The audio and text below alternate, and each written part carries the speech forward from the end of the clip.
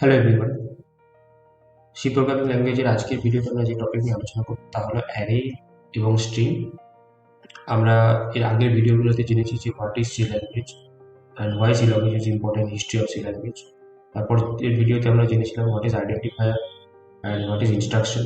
তারপরে ভিডিওতে আমরা জেনেছিলাম অ্যারিথমেটিক ইনস্ট্রাকশনের ব্যাপারে ইন ডিটেলস। সেখানে আমরা কন্ডিশনাল অপারেটরটা স্কিপ করেছিলাম। কন্ডিশনাল অপারেটরটা আমরা ডিসিশন কন্ট্রোলের ভিডিও থেকে মানে টপিক 5-এর ভিডিও থেকে ডিটেলসে যাব। তো আজকের যে টপিক 4, অ্যারে অ্যান্ড স্ট্রিং। সবার প্রথমে প্রশ্ন আছে যে অ্যারেটা কি। যদি আমরা পুরোনো ভিডিওতে দেখি, যেখানে আমরা আলোচনা করেছিলাম যে কনস্ট্যান্ট দুটো রকমের হয়। একটা হচ্ছে প্রাইমারি কনস্ট্যান্ট আর দ্বিতীয়টা হচ্ছে সেকেন্ডারি কনস্ট্যান্ট। যেখানে প্রাইমারি কনস্ট্যান্টে আমরা বলেছিলাম প্রাইমারি কনস্ট্যান্ট কোন ইন্টিজার, রিয়েল আর ইন্টিজার, রিয়েল অ্যান্ড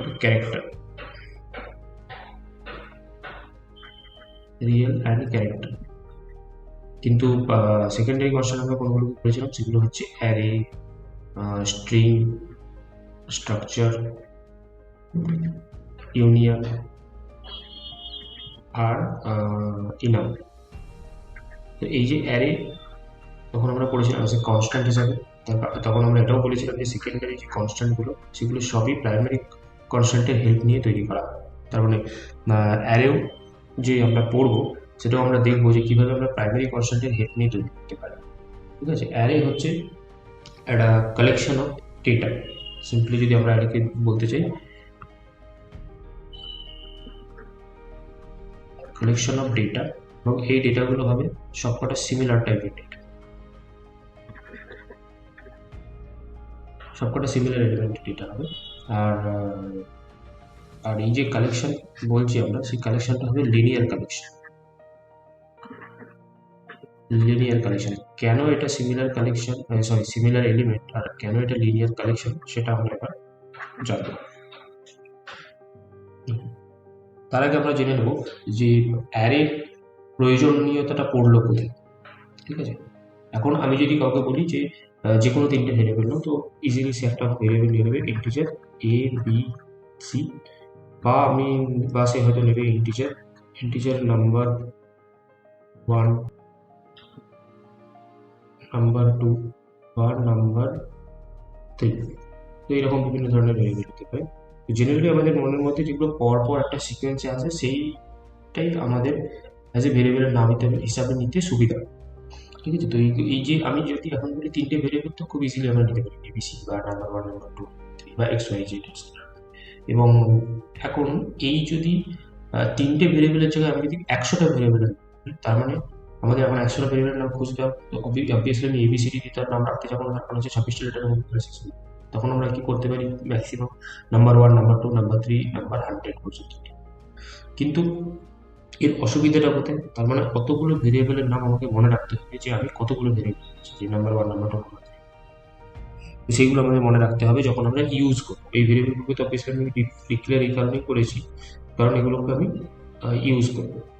এখন প্রশ্ন হলো, যদি আমি স্ক্যানএফ দিই, মানে কোনো একটা ইনপুট নিতে চাই, তাহলে আমাকে অতবার স্ক্যানএফ লিখতে হবে। কারণ নাম্বার 1 একবার, নাম্বার 2 একবার, নাম্বার 3 একবার, এতবার স্ক্যানএফ লিখতে হবে। প্রিন্টএফের ক্ষেত্রেও সেম জিনিস, আমাকে বারবার প্রিন্টএফ করে দিতে হবে। যখন আমি অ্যাডিশন করবো, বা যখন আমি ধরি আমি বললাম যে 100টা নাম্বারের অ্যাডিশন করতে চাই, তাহলে আমাকে কী করতে হবে, S is equal to n1 n2 n1 plus n2 plus n3 plus n4, এভাবে চলতে থাকবে। তো এই ধরনের অপারেশন করাটা খুবই ডিফিকাল্ট। তো সেই জন্যে একটা আমরা কি করব, এইসব কাজের জন্য আমরা কি ব্যবহার করবো, অ্যারে। তো অ্যারের সুবিধাটা কি, অ্যারের সুবিধা হচ্ছে অ্যারের একটি নির্দিষ্ট নাম থাকে, যে কোনো অ্যারের একটি নাম থাকবে, এবং এই নামের সাহায্যে আমি সেগুলোকে অ্যাক্সেস করব। এবং এই অ্যারেতে আমরা অসংখ্য ভেরিয়েবল নিতে পারি। অসংখ্য বলাটা ভুল, আমরা পার্টিকুলার আগে থেকে ডিফাইন করে দেবো যে আমি কতগুলো ভেরিয়েবল নিতে চাই। তো সেই নাম্বার অফ ভেরিয়েবল আমি একবারে জেনারেট করতে পারি, এরকম বারবার নাম্বার 1, নাম্বার 2, 3 আমরা নিতে পারবো না। আর দ্বিতীয়ত হচ্ছে, যখন অ্যারেতে আমাকে কোনো মেমোরি তৈরি করব অ্যারের সাহায্যে, তখন যে মেমোরিটা তৈরি হবে, আমি তো বললাম তো অসংখ্য ভেরিয়েবল তৈরি হবে, তখন যে ভেরিয়েবলগুলো তৈরি হবে এরকম পর তৈরি হবে। যেই জন্য আমরা এটাকে বলছিলাম লিনিয়ার কালেকশন, মানে একটা লাইনে একটা সিকোয়েন্সেই পরপর অ্যারের মেমোরি তৈরি হবে। এই যে এখানে আমি নাম্বার 1, নাম্বার 2, নাম্বার 3 তিনটে ভেরিয়েবল নিয়েছি। এখন একটা র্যামের মধ্যে এটা যেখানে হতে পারে, এখানে নাম্বার 1 হতে পারে, এখানে নাম্বার 2 হতে পারে, এখানে নাম্বার 3 হতে পারে। কিন্তু ইন কেস অফ অ্যারে, সেইগুলো পরপর হবে। তাতে এতে কি হয়, পরপর হওয়ার সুবিধাটা কি? প্রথমত হচ্ছে এর উপর যদি আমি কোনো অপারেশন করি সেটা প্রচণ্ড ফাস্ট হবে। আর দ্বিতীয়ত হচ্ছে অ্যাক্সেস করার সুবিধাটা আমার রয়েছে। ঠিক আছে? তো স্বাভাবিকভাবেই অ্যারের যদি আমি অ্যাডভান্টেজ বলতে চাই, তাহলে অবভিয়াসলি অ্যাক্সেসিংটা আমাদের ইজি হবে বা কোড লেখার ক্ষেত্রে আমাদের ইজি হবে। আরেকটা পয়েন্ট যেটা আছে সেটা হচ্ছে প্রচণ্ড পরিমাণে ফাস্ট হবে rather than this type of memory location, because এখানে মেমোরিগুলো বিভিন্ন জায়গায় স্ক্যাটার হতে আছে, এখানে পরপর আমরা সাজানো হচ্ছে। ঠিক আছে? এবার আমরা দেখবো অ্যারেকে আমরা লিখি কীভাবে। ধরুন আমি বলেছিলাম অ্যারের একটা নাম থাকবে, তো আমি নাম দিলাম এ, তারপর স্কোয়ার ব্র্যাকেট, এবং স্কোয়ার ব্র্যাকেটের ভেতরে আমি লিখলাম 10। ঠিক আছে? তো সি ল্যাঙ্গুয়েজের ক্ষেত্রে প্রত্যেকটা ব্র্যাকেটের এক একটা মানে আছে, যেটা আমরা প্রথম বন্ধনী দিয়ে যেটা জেনেছিলাম, প্রথম বন্ধনী আমাদের ফাংশনের ক্ষেত্রে কাজে লাগে। আর কার্লি ব্রেসেস বা দ্বিতীয় বন্ধনী যেটা আমরা জেনেছিলাম, তার মধ্যে আমরা অসংখ্য ইনস্ট্রাকশন পরপর লিখি এবং মানে নির্দেশ লেখার জন্য ব্যবহার করে থাকি। ফাংশনের মধ্যে কোনো নির্দেশ লেখার জন্য, যেটা আমরা মেন ফাংশন দেখেছিলাম। এই মেন ফাংশনে যখন আমি প্রথম বন্ধনী দিলাম এটা একটা ফাংশন, তারপর কার্লি ব্রেসেসের মধ্যে আমি সমস্ত ইনস্ট্রাকশনগুলো লিখছিলাম। আর এখানে হলো স্কোয়ার ব্র্যাকেট বা তৃতীয় বন্ধনী, এটাকে আমরা অ্যারের ক্ষেত্রে ব্যবহার করে থাকি। এ হচ্ছে এখানে অ্যারের নেম, আর 10 যেটা হচ্ছে সেটা হচ্ছে number of variable. Number of ভেরিয়েবলকে আমরা এর মধ্যে ব্র্যাকেটের মধ্যে লিখি। এখন এই যে A10 আমি লিখেছি, তার মানে কি হলো, আমি 10টা ভেরিয়েবল নিয়েছি, কিন্তু সেই 10টা ভেরিয়েবলটা কি ধরনের? 10টা ভেরিয়েবল ইন্টিজার। তার মানে প্রত্যেকটা ভেরিয়েবলই একই ধরনের, যেটা হলো ইন্টিজার। এখানে এখন যদি আমি এখানে 10টা ভেরিয়েবল 1,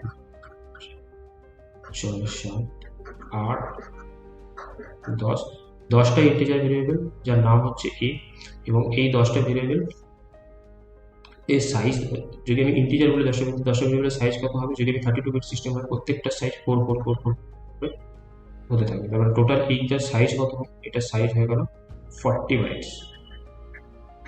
যেহেতু আমি এটা 32 বিট সিস্টেম ধরেছি, কারণ ইন্টিজারের সাইজ আমি 4 ধরবো।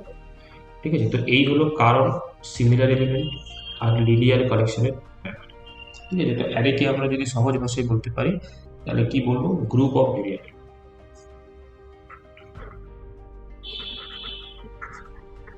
গ্রুপ অফ ভেরিয়েবল, এবং সেই ভেরিয়েবলগুলো কি? Similar type of variable. এরপর আমরা আসি যে আমরা এটাকে ইউজ করবো কি। একটা অ্যারের তো ভেরিয়েবল আমরা লিখলাম 10 পর্যন্ত, এবার এই জিনিসটাকে আমি ইউজ করবো।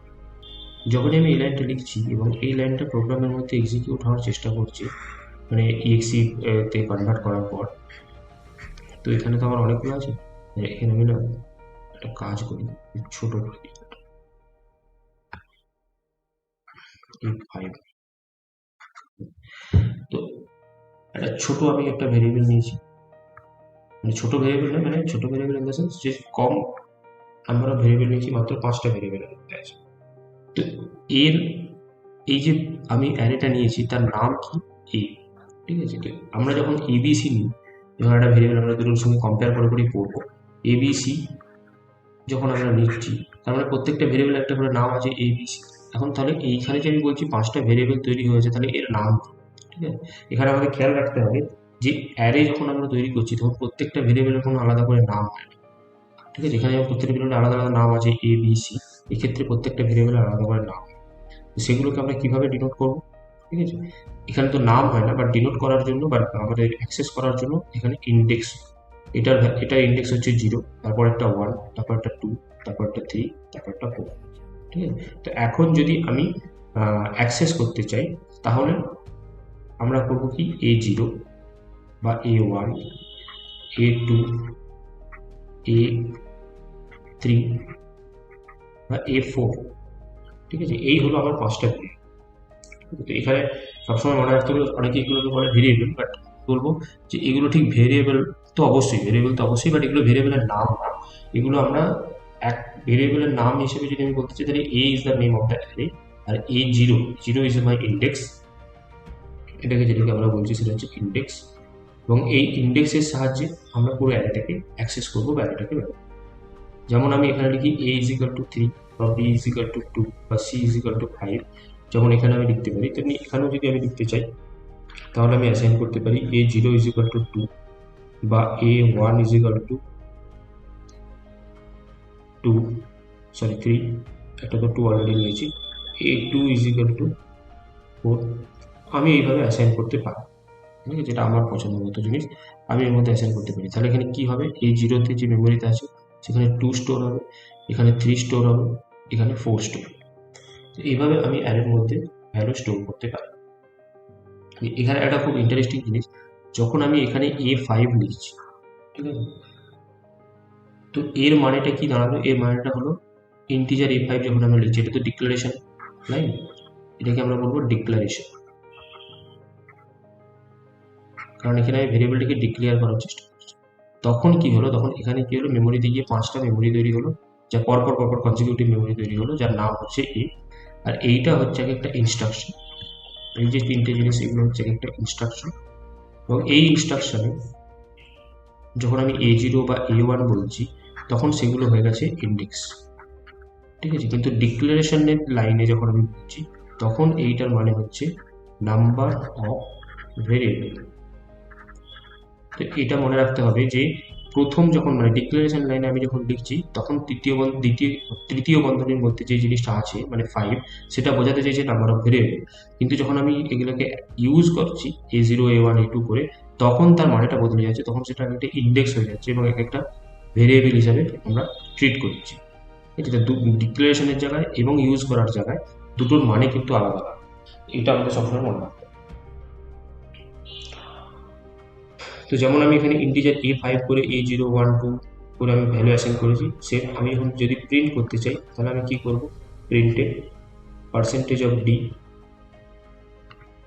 পার্সেন্টেজ অফ ডি, এবং সেম ভাবে যেভাবে আমরা এখানে এবিসি লিখতাম ঠিক সেই জায়গায় আমরা এবিসির জায়গায় লিখবো A0 বা A1 অ্যান্ড A2 স্কোয়ার ব্র্যাকেটের মধ্যে, এবং যখন এটা আউটপুট স্ক্রিনের মধ্যে আসবে তখন কিভাবে আসবে 2 3 4, কারণ আমি কমা দিয়ে লিখেছি তো এখানে কমা দিয়ে 2 3 4, ঠিক আছে। তো এইভাবেই আমরা এলিমেন্টকে, আমি এই অ্যারের এগুলোকে এলিমেন্ট বলছি আমরা, এগুলো প্রত্যেকটা একটা আলাদা আলাদা এলিমেন্ট, সেই এলিমেন্টগুলোকে আমরা আলাদা আলাদাভাবে অ্যাজ এ ভেরিয়েবল ইউজ করতে পারবো, ঠিক আছে। যদি আমি এখানে স্ক্যান এফ করি তাহলে কি হবে, তাহলেও percentage D and ampersand of A0, ampersand of A0 কারণ এই ভেরিয়েবলটার একটা আলাদাভাবে আমি অ্যাড্রেস নিয়েছি, যেখানে আমি ডেটাটাকে ইউজারের কাছ থেকে ইনপুট নিতে চাইছি, ঠিক আছে। তো সেখানে আমি এইভাবে লিখতে পারি।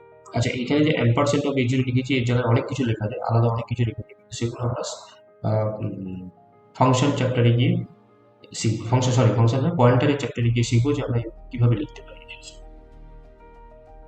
ওকে, এখন অ্যারে ডিক্লেয়ার করার অনেক ধরনের পদ্ধতি আছে, আমরা সেগুলো একবার দেখি। অ্যারে ডিক্লেয়ার করার পদ্ধতি কীরকম, যদি আমি লিখি ইন্টিজার A5, এভাবে অ্যারে ডিক্লেয়ার করা যায়।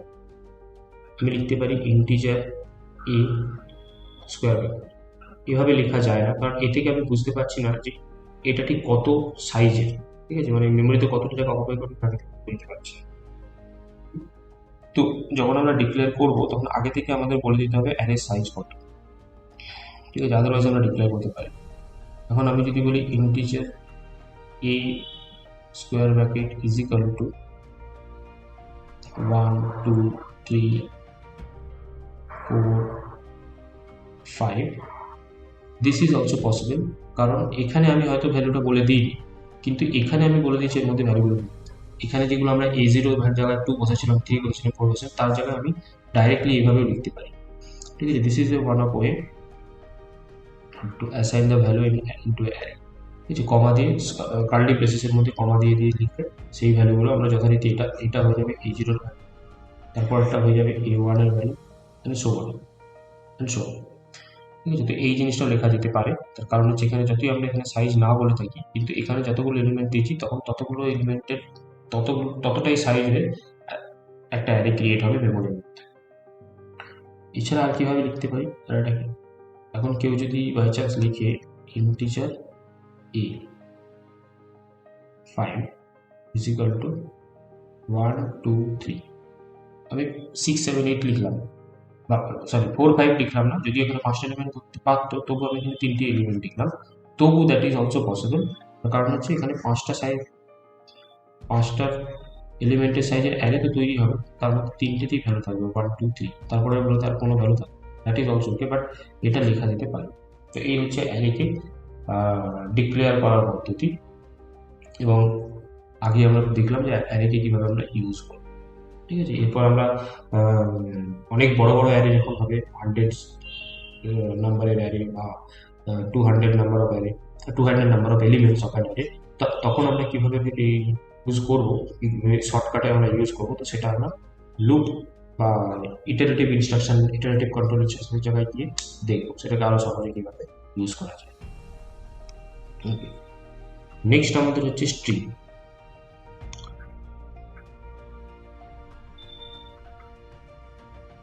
স্ট্রিংকে যদি এক কথায় বলা যেতে পারে তাহলে স্ট্রিং হলো একটি ক্যারেক্টার অ্যারে। প্রথম পয়েন্ট, এটা হচ্ছে প্রথম পয়েন্ট। আর সেকেন্ড পয়েন্ট হচ্ছে অলওয়েজ টার্মিনেটেড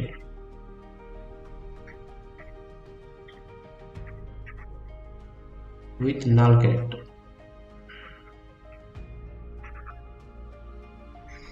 ঠিক আছে, তার মানে আমি যদি যে কোনো একটা জায়গার নাম যদি ধরুন কলকাতা বা ঢাকা, একটা শহরের নাম, বা মুম্বাই, তো এগুলো সবগুলো এক একটা স্ট্রিং। তার কারণ হচ্ছে এগুলো সবগুলো এক একটা ক্যারেক্টার, এগুলো সবকটা এক একটা স্ট্রিং, যেগুলো কারণ সবকটা এক একটা ক্যারেক্টার। তো আমরা সেগুলোকে লিখবো কিভাবে, যদি আমরা অ্যারের ক্ষেত্রে ধরি, সবার প্রথম ক্যার আমি লিখে দিলাম যে A9। এরপর আমরা কি করলাম, A9 এর জায়গায়, এই তো 9 মানে 9টা এলিমেন্ট হয়ে গেছে, 9টা এলিমেন্ট আমরা এখন ইউজ করার চেষ্টা করি। A0 কলকাতা, এখানে খুব কেয়ারফুলি দেখো আমি কে এর আগে আর পরে এক দুটো সিঙ্গেল কোড দিয়েছি, তার কারণ হচ্ছে আমরা প্রথমেই পড়েছিলাম যে ক্যারেক্টার আমরা কিভাবে ডিনোট করব, সিঙ্গেল কোডের সাহায্যে, সিঙ্গেল কোডের মধ্যে সিঙ্গেল সিম্বল। ঠিক আছে, তো A1 এর মধ্যে ও, A2 এর মধ্যে L, তো এইভাবে সমান করতে পারি। কিংবা আমি এই লাইনের মধ্যেও লিখতে পারি, একটা লাইনের মধ্যে লিখে দিতে পারি character A9 is equal to single কোডের মধ্যে কে, কমা সিঙ্গেল কোডের মধ্যে ও, কমা সিঙ্গেল কোডের মধ্যে এল, কে এ টি এ, এবং ইন্টারেস্টিংলি সবার শেষে একটা এক্সট্রা ক্যারেক্টার আমাকে যোগ করতে হবে, নাল, আদারওয়াইজ এটাকে আমি স্ট্রিং বলতে পারি। এই যে নাল জিনিসটা যে আমি যোগ করলাম, আদারওয়াইজ আমি এটাকে স্ট্রিং বলবো না, কারণ আমি বলেছিলাম টার্মিনেটেড উইথ এন, নাল। ঠিক আছে, তো এইটাকে নিয়েই হচ্ছে ক্যারেক্টার। তার মানে ক্যারেক্টার আমার কটা ক্যারেক্টার এখানে মধ্যে আছে, কে ও এল 3টে, এ এ টি এ 7টা, অ্যান্ড 8টা। আমি 9টা এলিমেন্ট নিতে চেয়েছিলাম, তার মধ্যে 7টাতে আমার ফুলফিল হয়ে গেছে, দ্যাট ইজ ওকে। যদি আমি এখানে 7টা ভেরিয়েবল নিতাম, 7টা ভেরিয়েবল নিতাম, তাহলে আমি কলকাতা অব্দি লিখতে পারতাম, কিন্তু লাস্টে নাল ক্যারেক্টারটা লিখতে পারতাম না, তো সেক্ষেত্রে আমরা এটাকে বলতে পারি স্ট্রিং। ঠিক আছে, তো স্ট্রিং এর ক্ষেত্রে আমাদের মনে রাখতে হবে সহজ ভাষায় যেটা, সেটা হচ্ছে sequence of a character which is terminated by a null character। একটা সহজ ভাষায় সহজ ডেফিনেশন। অ্যাসকাই কোড যদি আমরা বলতে চাই, তাহলে অ্যাসকাই কোডের হিসাবে নাল ক্যারেক্টার যেটা, তার অ্যাসকাই কোড ইজ 0। এবার আমরা তো স্ট্রিং এর মধ্যে ভ্যালু নিয়ে নিতাম, তো স্ট্রিং এর মধ্যে ভ্যালু নিলেও আমরা সেই ভ্যালুটাকে শো করাবো কি করে, যদি আমি শো করাতে চাই, তাহলে আমরা অবভিয়াসলি প্রিন্টেড স্টেটমেন্টই অবভিয়াসলি আমি প্রিন্ট করানোর চেষ্টা করব, প্রিন্টেড। এখন প্রিন্টেডের মধ্যে আমি দুভাবে শো করাবো, একটা হচ্ছে একটা ফরম্যাট স্পেসিফায়ার হয় প্রিন্টেড %s দিয়ে শুধু অ্যারের নাম, মানে এই স্ট্রিং এর নাম লিখেছি। ঠিক আছে, তো প্রিন্টেড আমি %s দিয়ে আমি লিখতে পারলাম, বা আমরা অ্যারের মতো করেও করতে পারি। তখন আমাদের কি করতে হবে, %c %c %c %c করে A0 A1 A2 A3 A4 ঠিক আছে, কিন্তু আমাদের যেহেতু আমরা এটা একটা স্ট্রিং, তো আমাদের কাছে অ্যাডভান্টেজ আছে, তো অবভিয়াসলি আমরা পার্সেন্টেজ সি দিয়ে পুরো অ্যারেটাকে বের করি, তাহলে আমাদের ইজিলি বের হয়ে যাবে। এছাড়া আরেকটা আছে, পুটেস বলে একটা কমান্ড হয়। পুটেসে আমরা যদি শুধুমাত্র অ্যারের নামটা দিয়ে দিই, শুধুমাত্র অ্যারের নাম দিয়ে দিলি, সরি, পুটেস বলে একটা ফাংশন হয়, this is also function, and এ শুধুমাত্র স্ট্রিং প্রিন্ট করে থাকে। ঠিক আছে, তো এর মধ্যে এই জন্য যেহেতু শুধুমাত্র স্ট্রিং প্রিন্ট করে, তো সেই জন্য আমাদের আলাদা করে কোনো ফরম্যাট স্পেসিফায়ার দেওয়ার দরকার নেই। এর মধ্যে শুধু অ্যারের নাম দিলেই এ প্রিন্ট করে দেবে Kolkata. So this is string. এরপর আমরা দেখব 2D অ্যারে।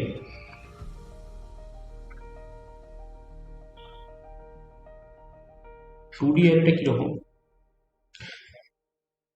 যখন আমি লিখছি ইন্টিজার A5, তখন কি হচ্ছে, র্যামের মধ্যে 5টা এলিমেন্ট আমি নিচ্ছি,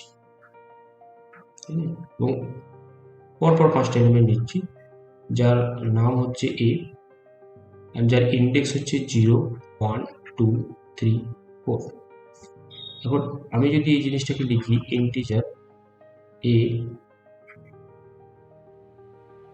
3, 2, ঠিক আছে, তো সিম্পলি যখন আমি সিঙ্গেল তৃতীয় বন্ধনীর মধ্যে লিখছি, তখন আমরা সেটাকে বলবো নর্মাল অ্যারে। আর যখন আমরা দুটো তৃতীয় বন্ধনীর ব্লক দেখতে পাচ্ছি, তখন সেটা 2D অ্যারে। 2D অ্যারেতে কিভাবে হয় মেমোরি অ্যালোকেশন?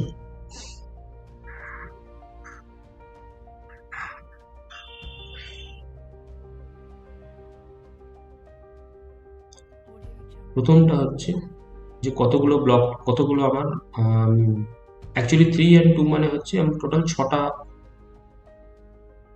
ছটা ব্লক তৈরি হবে। ঠিক আছে, তার কারণ সবসময় এটা 3 into 2 করলে, আমরা ম্যাট্রিক্সে যেটা পড়েছি 3 into 2 করলে 6টা ব্লক, তো 6টা এলিমেন্ট আমার এখানে তৈরি হবে। কিন্তু সেই 6টা এলিমেন্ট কি হবে, প্রথম যে এলিমেন্টটা হবে সেটা হচ্ছে 0th এলিমেন্টের 0th ইন্ডেক্স এবং 1th ইন্ডেক্স, তার মানে প্রথম এলিমেন্টের দুটো ব্লক হয়ে গেল। দ্বিতীয় এলিমেন্টের 0th ইন্ডেক্স অ্যান্ড 1 ইন্ডেক্স, তৃতীয় এলিমেন্টের 0th ইন্ডেক্স অ্যান্ড 1 ইন্ডেক্স। ঠিক আছে, তো এই হলো আমার টোটাল একটা অ্যারে। হ্যাঁ, এখন দেখেও মনে হতে পারে যে এটি 2D টাইপের হলো না, কিন্তু অ্যাকচুয়ালি মেমোরি অ্যালোকেশনটা এইভাবেই হয়। আমরা সেটাকে সহজভাবে রিপ্রেজেন্ট করার জন্য আমরা অন্যভাবে লিখতে পারি,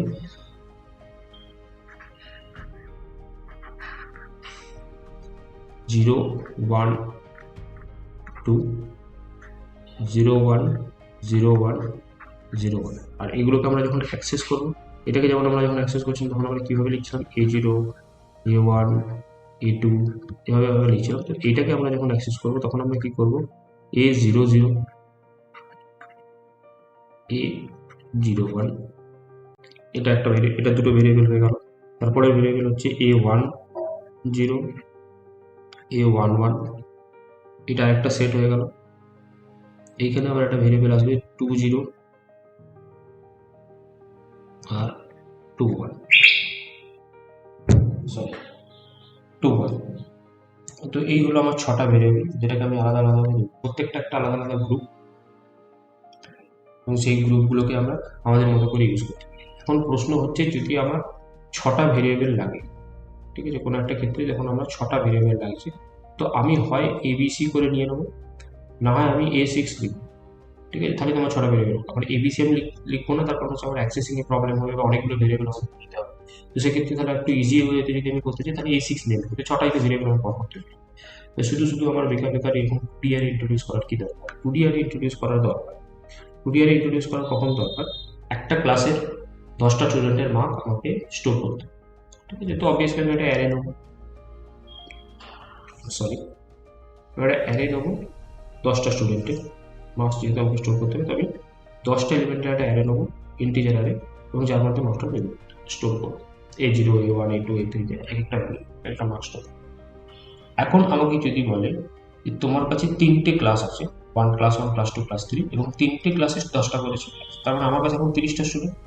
ঠিক আছে, এখন 30টা স্টুডেন্টের আমি যদি এখন A30 লিখি, তাহলে আমাকে সবসময় মনে রাখতে হবে যে 0 to 10 for my class 1, sorry 0 to 9 is for my class 1, তারপর 10 to 19 for class 2, R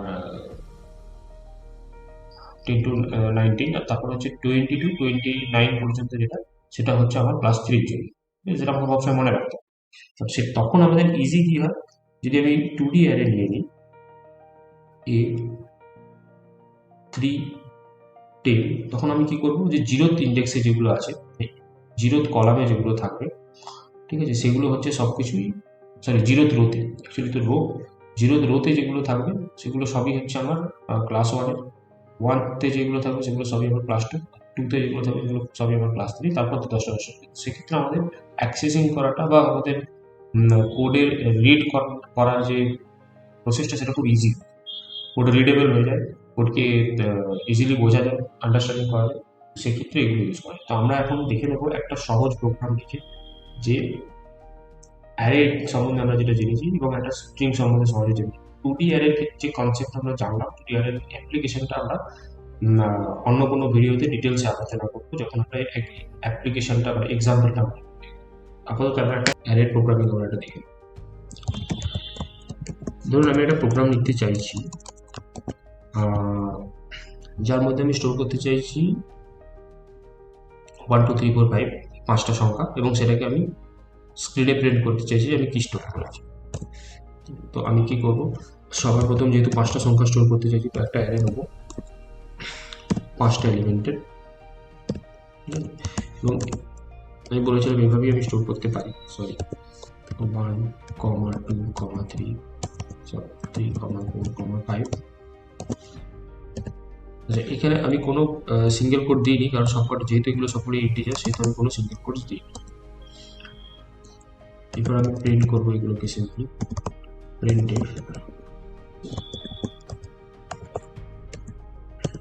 percentage of D, comma percentage of D, comma percentage of D, comma percentage of D, চারটে হলো percentage of D.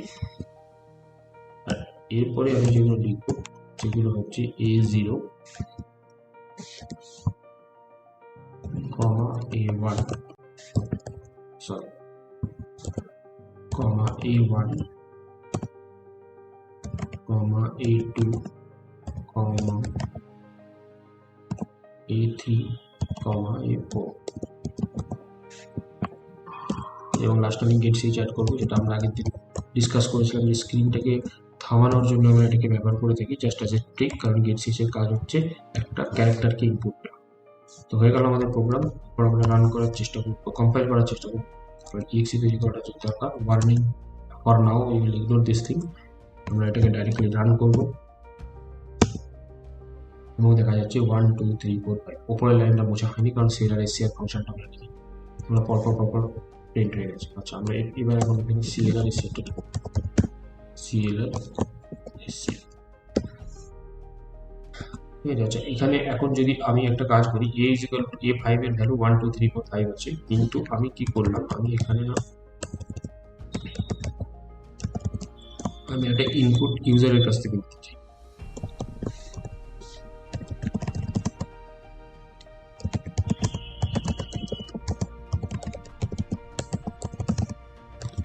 value of 5th element, please give me the value of the 5th. আমি একটা এর মধ্যে কোনো একটা value আমি নিতে চাইছি ইউজারের কাছ থেকে। এখানে আমি কি করবো, percentage of D, comma ampersand of A4,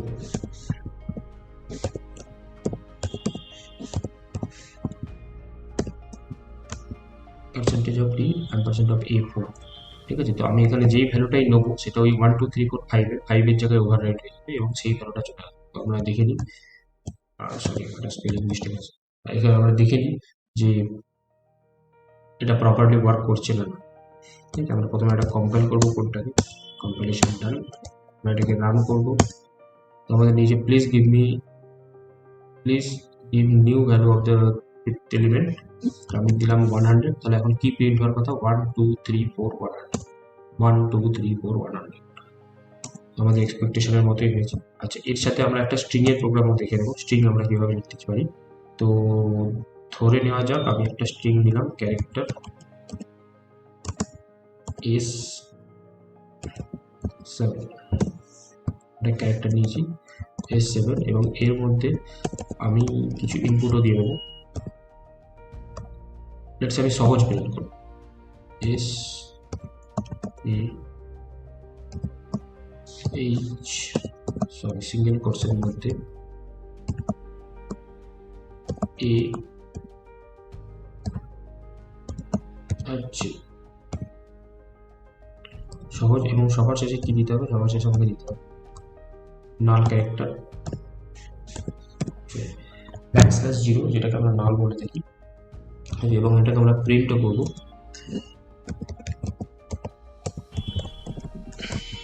প্রিন্টের সময় কি বলেছিলাম, এখানে format specifier for string is %s, কমা দিয়ে শুধুমাত্র স্ট্রিং এর নাম, তাহলে এটা প্রিন্ট হয়ে যাবে। আচ্ছা, এখানে আমি একটা নিউ লাইন অ্যাড করে রাখছি, তো কারণ হচ্ছে বুঝতে যাতে সুবিধা হয়। \n, এটা আগের একটা কোনো ভিডিওতে আলোচনা করেছিলাম, \n মানে হচ্ছে নিউ লাইন।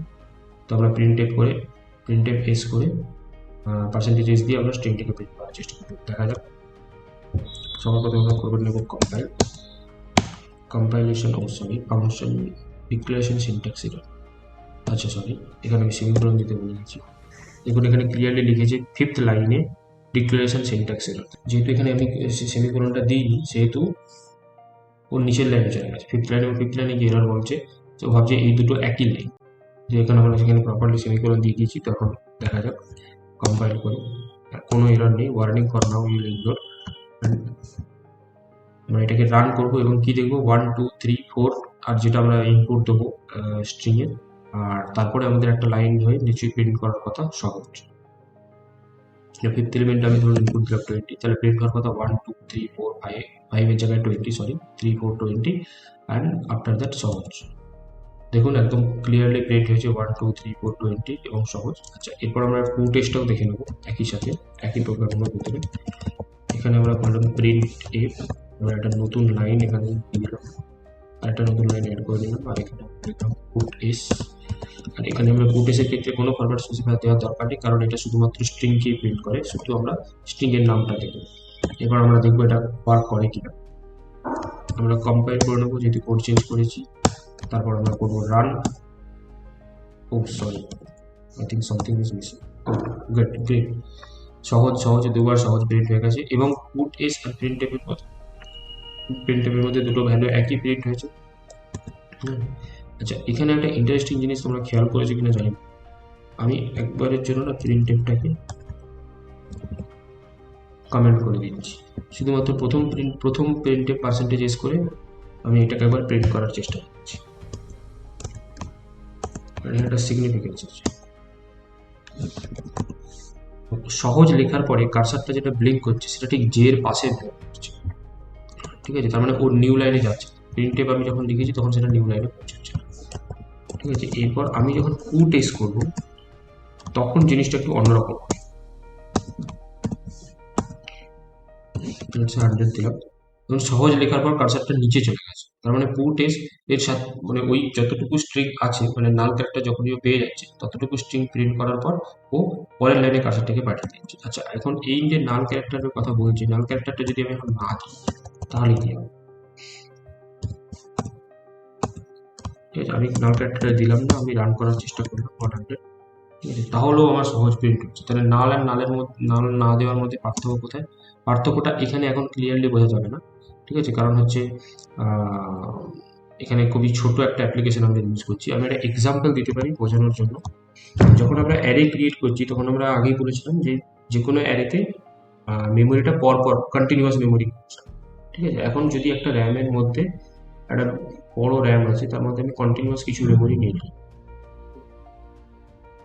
এরপর এই যে মেমোরিটা আমরা নিলাম, ঠিক আছে, এটা তো একটা অ্যারে না, এরকম অসংখ্য অ্যারে থাকতে পারে। তো হতে পারে এটার কন্টিনিউশনে আরেকটা অন্য অ্যারে, ধরুন এটা অ্যারের নাম্বার এ, মানে অ্যারের নাম হচ্ছে এ, এটা বি, ঠিক আছে? এরকম আরেকটা অ্যারে এখান এর পর থেকে চালু হয়ে গেছে। তো সেক্ষেত্রে কি হবে, যদি নাল দিয়ে আমি ডিস্টিংগুইশ না করি ব্যাপারটাকে, তাহলে তখন স্ট্রিং এটা ভাববে যে এটা পুরোটাই একটা অ্যারে।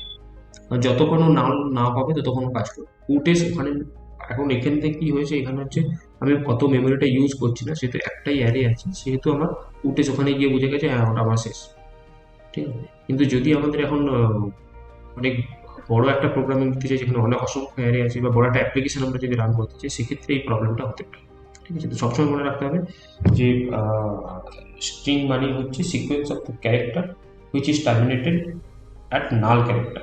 ঠিক আছে, that's all about array and string. আমরা পরের ভিডিওতে জানবো ডিসিশন কন্ট্রোল।